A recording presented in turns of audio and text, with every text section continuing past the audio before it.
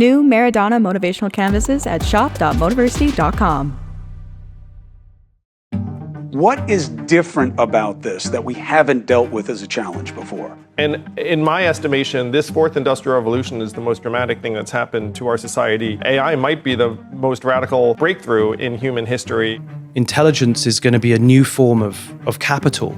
Just as there was a grab for land, or there's a grab for oil, there's a grab for anything that enables you to do more with less, faster, better, smarter.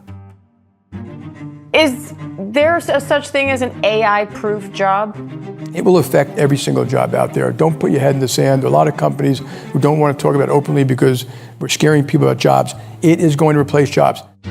To see what's going to happen, you really want to start thinking of this as the evolution of a new species that will continue to evolve. It will partially be shaped by what we ask it to do, and it will partially be shaped by things we don't understand. Like I have little kids, I have a 5-year-old and a 3-year-old. What do they grow up aspiring to if machines can do pretty much everything better? I've been speaking to a few people about artificial intelligence, to try and understand it. And I think where I am right now is I feel quite scared. But when I get scared, it's not the type of scared that makes me anxious. It's not like an emotional scared. It's a very logical scared. It's my very logical brain hasn't been able to figure out how the inevitable outcome that I've arrived at, which is that humans become the less dominant species on this planet, how that is to be avoided in any way.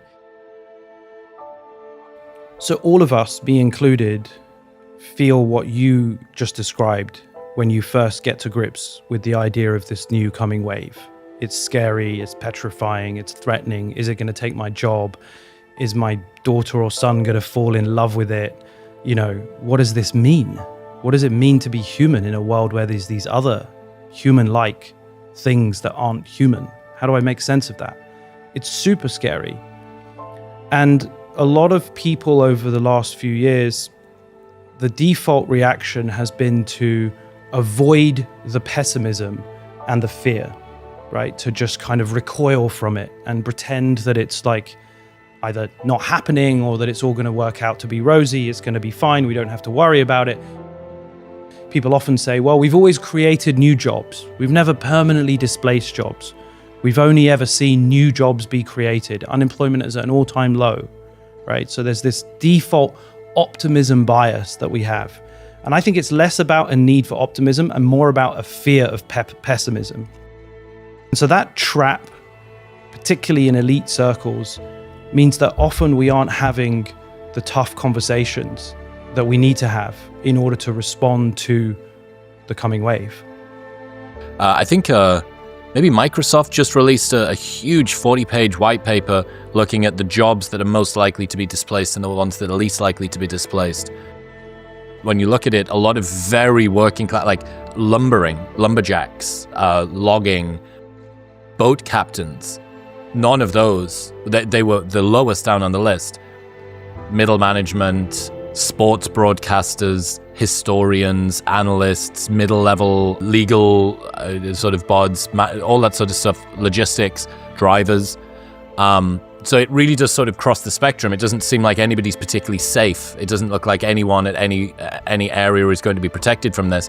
Aren't there going to be lots of new jobs created, though? Because when we think about the other revolutions over time, whether it was the Industrial Revolution or other sort of big technological revolutions, in the moment we forecasted that everyone was going to lose their jobs, but we couldn't see all the new jobs that were being created. Because the machines replaced the human strengths at a point in time, and very few places in the West today will have a worker carry things on their back and carry it upstairs.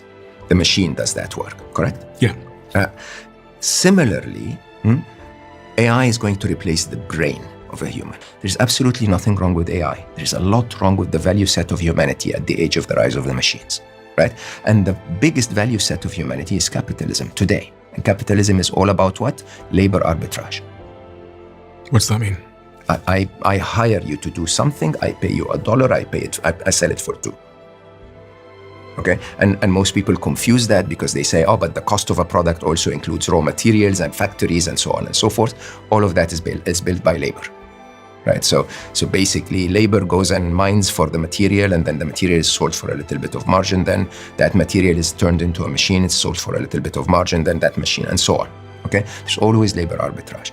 In a world where humanity's minds are being replaced by AIs, virtual AIs. Okay, and humanity's power, strength, within 3 to 5 years' time, can be replaced by a robot. You really have to question how this world looks like. It could be the best world ever, and that's what I believe the utopia will look like.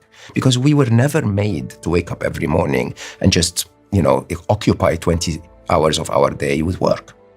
Right? We're not made for that, but we've fit into that, system so well so far that we started to believe it's our life's purpose.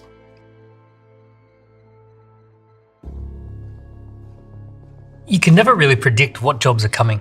I mean, I think of this crazy situation where I tell my grandfather what is a personal fitness trainer, and his mind would be blown by this idea that, well, okay, I don't really want to go to the gym, so I have to make an appointment and pay someone to go to the gym and meet with me there. And then he stands there and tells me to lift heavy things that I don't really want to lift. And then he counts them and tells me that I've done a good job. And then I put the heavy things down. And then at the end of that, I feel really good and I pay him a bunch of money. My grandfather would be like, what on earth, have you been scammed? Is this? So we can never predict what this future of jobs would look like. Even just 20, 30, 40 years apart, the jobs rapidly and convincingly just can morph into something else. I think it's very dangerous, the idea that we need to focus on skills. I think the future is not in skills. Skills are being replaced. It's this idea that the education system has to stop being compartmentalized and has to be a lifelong learning approach. The Department of Education needs to be seeing people as lifelong learners who are constantly disrupted and need re-education. Interesting. That's going to be a thing that the Department of Education needs to start as a kid and go right through to maybe 70. Does the Department of Education have a role anymore at all? Depends on your definition of education. I think if you're trying to teach kids, or if you're trying to teach kids to, remember facts and figures from a history book, then no. But if it's about coaching, mentoring, being displaced, finding the next thing, and maybe if it's AI driven and all of those kind of things, then it's a different paradigm shift around what education is and what its purpose is. It's worth backing up and thinking about what is it that makes humans valuable workers? I don't think it's mainly their raw intellect. I think it's their ability. When you work with people, why are they basically useless the first month or the first week, and you couldn't live without them 6 months later? It's their ability to build up context. It's their ability to interrogate their own failures and learn from them in this really organic way. And this ability just doesn't exist in these models. They exist session to session, and everything that they have learned about you evaporates after every hour. And so it's a frustrating experience where you can try to get them to do a task. They'll do a 5 out of 10 job at many language in, language out tasks, but there's no way for them to get better. And given that that's a fact, you just kind of have to rely on humans. It's like 50 first dates. Over and over. Every time that you do it, you've got to reintroduce yourself and explain what's going on. Yeah, Groundhog Day. Yeah, that's right. So I'm convinced. I think people have this idea that even if all AI progress stopped right now, these systems would still be economically transformative. And they say, look, JP Morgan and McDonald's and whatever just haven't integrated these systems into their workflows. But if they had, they would be seeing all these benefits.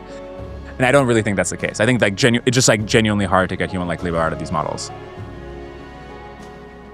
And hopefully in your closing remarks, you can capture something actionable for the individual that's listening to this now on their commute to work, or the single mother, or the average person who maybe isn't as technologically advanced as many of us at this table, but is trying to navigate through this to figure out how to live a good life over the next 10, 20, 30 years.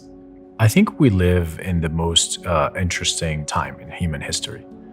So for the single mother that's listening, for someone who wouldn't be the stereotype of a tech bro, don't assume that you can't do this stuff.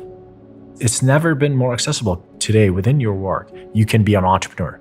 You don't have to take massive risk to go create a business. quit your job and go create a business.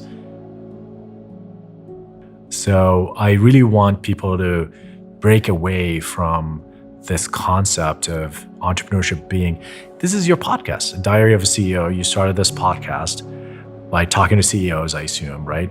And over time, it changed to everyone can be a CEO. Everyone is some kind of CEO in their life. I think that we have unprecedented access to tools for that vision to actually come to reality. I think the potential here does allow us to refactor just about everything. Maybe we have finally arrived at the place where mundane work doesn't need to exist anymore and the pursuit of meaning can replace it. But that's not going to happen automatically if we don't figure out how to make it happen. And I hope that we can recognize that the peril of this moment is best utilized if it motivates us to confront that question directly. The International Monetary Fund has expressed profound concerns that generative AI could cause massive labor disruptions and rising inequality, and has called for policies that prevent this from happening. I read that in the Business Insider. So have they given any idea of what the policies should look like? No. Yeah, that's the problem. I mean, if AI can make everything much more efficient and get rid of people for most jobs, or have a person assisted by AI doing many, many people's work, it's not obvious what to do about it. Universal basic income? Give everybody money? Yeah, I think that's a good start, and it stops people starving. But for a lot of people, their dignity is tied up with their job. I mean, who you think you are is tied up with you doing this job, right? Yeah.